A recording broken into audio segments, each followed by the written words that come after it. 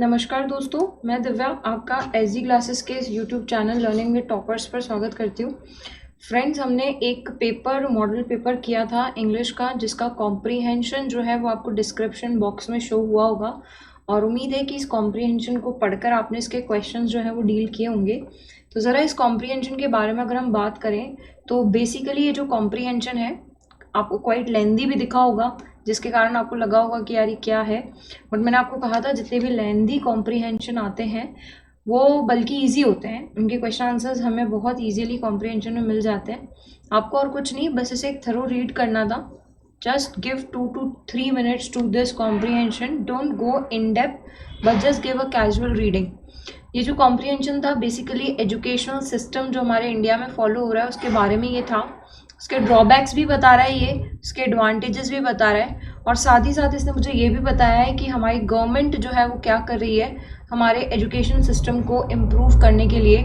साथ ही साथ क्या ऐसी इनडिसिप्लिनरी एक्टिविटीज़ है जो कि एजुकेशनल सिस्टम में कैरी फॉरवर्ड हो रही है।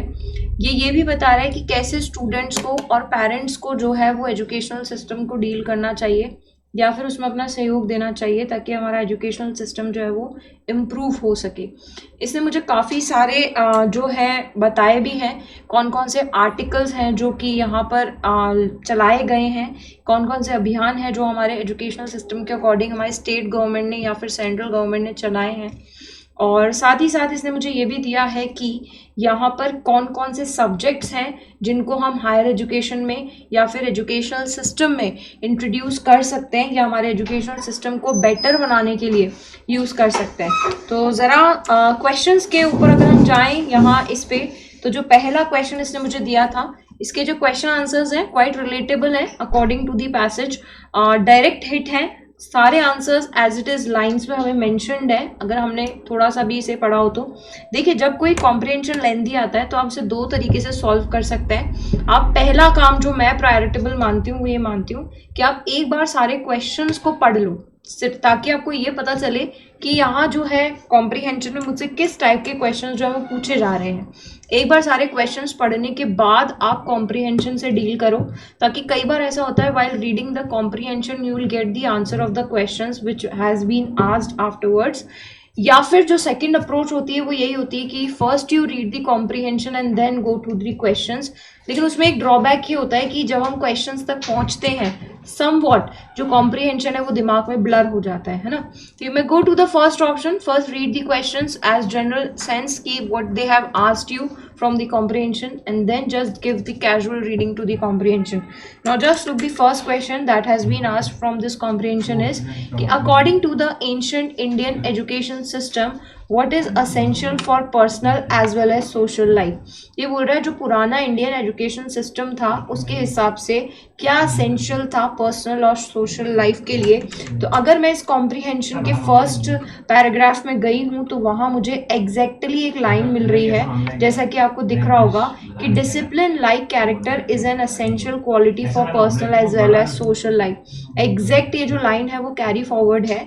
बात करते हैं इसके ऑप्शंस की, तो यहाँ ये खुद मुझे कह रहा है डिसिप्लिन लाइक कैरेक्टर, और जो लाइन मुझे एग्जैक्टली इस कॉम्प्रिहेंशन में दिखाई गई थी कि discipline like character.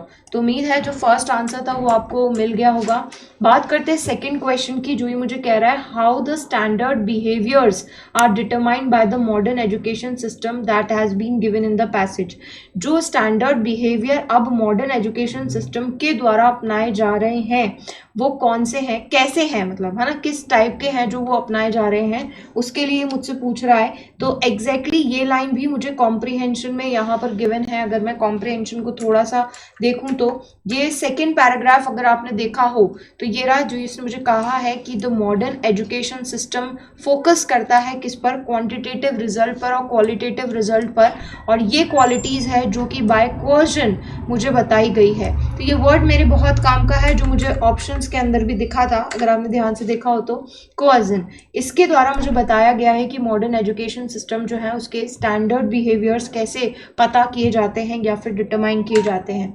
Next question पर अगर मैं आऊँ तो ये मुझे कह रहा है कौन कौन से ऐसा स्टेटमेंट है जो इस पैसेज में, आप चाहे तो ये जो इस टाइप के क्वेश्चंस होते हैं ना कि कौन से स्टेटमेंट्स ट्रू है या कौन से स्टेटमेंट फॉल्स हैं, आप इन्हें सबसे लास्ट में भी अटेम्प्ट कर सकते हैं, क्योंकि इन क्वेश्चंस के लिए पूरा पैसेज जो है वो थरो रीड होना चाहिए।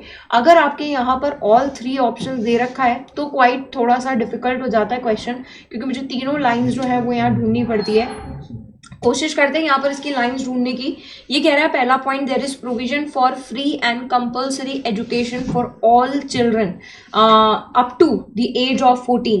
अगेन ये same line as it is मुझे देखिए पैसेज के अंदर गिवन थी, अगर मैंने ध्यान से पढ़ी होती तो यहाँ पर एज 14 से आप इस लाइन को थोड़ा सा ढूंढ सकते हैं, जो एज इट इज लाइन आपको यहाँ मिलेगी, जो कि ये मुझे कह रहा है कि Indian Constitution direct the state to provide free and compulsory education for children up to the age of 14। और यही सेम लाइन इसने मुझे यहाँ कही थी कि there is provision for free and compulsory education for, यानी कि फर्स्ट ऑप्शन सही है। तो आप उन ऑप्शंस को काट सकते हैं जिसमें फर्स्ट ऑप्शन नहीं है, तो मेरा सेकंड और फिफ्थ ऑप्शन कट गया है। नेक्स्ट मैं बात करती हूँ, सर्व शिक्षा अभियान जो है वो 2001 में लॉन्च हुआ था, तो ज़रा 2001 से ही हम इस लाइन को अगर ढूंढें तो ज़्यादा बेटर है। ये देखिए कि this culminated in the launching of national programme of Sarva Shiksha Abhiyan इन 2001।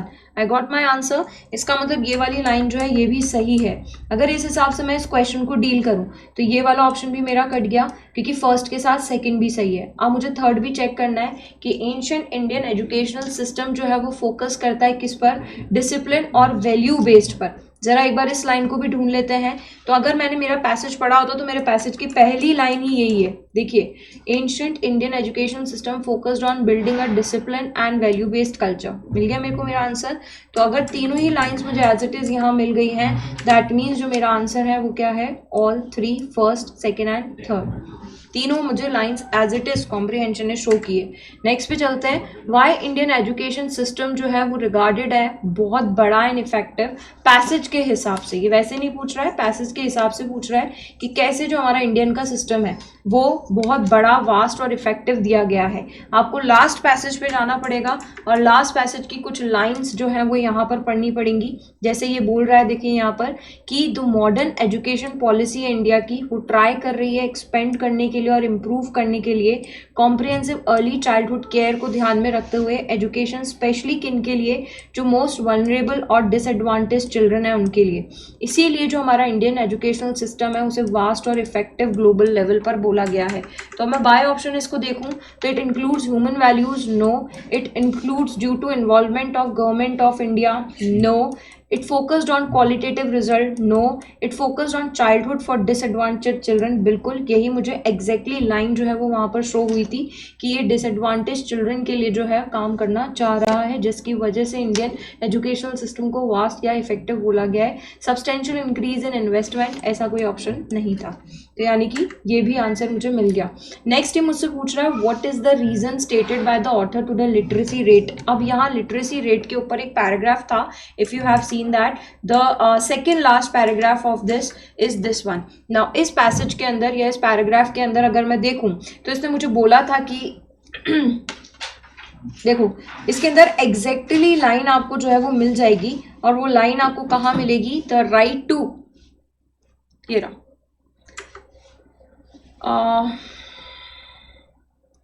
देखो इसमें ये जो सेकेंड लास्ट पैराग्राफ की लास्ट लाइन अगर मैं पढ़ूं आपके लिए तो यहाँ ये मुझे सीधा सीधा बोल रहा है the right to education system पे अगर मैं जाऊं तो देखिए आपको ये line, the modern education system focused on, इसके बाद इस पैसेज पे हम जाते हैं, यहाँ पर ये लाइन मुझे दिख रही है, the right to education under article 14 fetched a greater exposure to increase literacy and primary education. यानी कि इसमें मुझे कहा है कौन से आर्टिकल के हिसाब से, 14th आर्टिकल के हिसाब से लिटरेसी और प्राइमरी एजुकेशन पर जो है वो बहुत ध्यान देने के लिए इसने मुझे कहा है।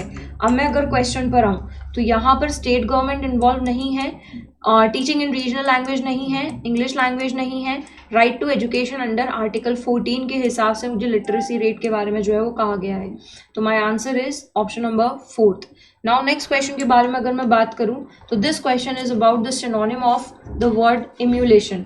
अब नाउ यहाँ पर ये जो क्वेश्चन आप अटेम्प्ट करें कॉम्प्रिहेंशन में सिनोनिम्स के, तो इन क्वेश्चन की खासियत होती है कि इम्यूलेशन के हो सकता है 2 सिनोनिम यहाँ मुझे ऑप्शन में मौजूद हो, लेकिन मुझे कौन सा सिनोनिम टिक करना है, मुझे वो सिनोनिम टिक करना है जो इस पैसेज के हिसाब से मुझे कह रहा है कि सही हो।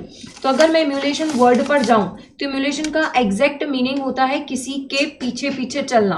पीछे पीछे चलने का मतलब ये नहीं है कि आप उसके दास या अनुचर बन के चल रहे, पीछे पीछे चलने का मतलब ये है कि आप उसका अनुसरण कर रहे हैं। अनुसरण मतलब जैसा वो कर रहा है वैसा ही आप कर रहे हैं, दैट इज इम्यूलेशन। और यही सेम मीनिंग सिम्यूलेशन का भी होता है। सिम्यूलेशन का मतलब ये होता है आप किसी का अनुकरण कर रहे हैं, किसी के साथ साथ चल रहे हैं। साथ ही साथ आप इस वर्ड को एक और वर्ड से जानते हैं जिसे इमिटेशन भी कहते हैं। क्वाइट इंपॉर्टेंट ये वर्ड है, इमिटेट वर्ड ही हम ज्यादातर इसे यूज करते हैं। Imitation is also synonym of emulation.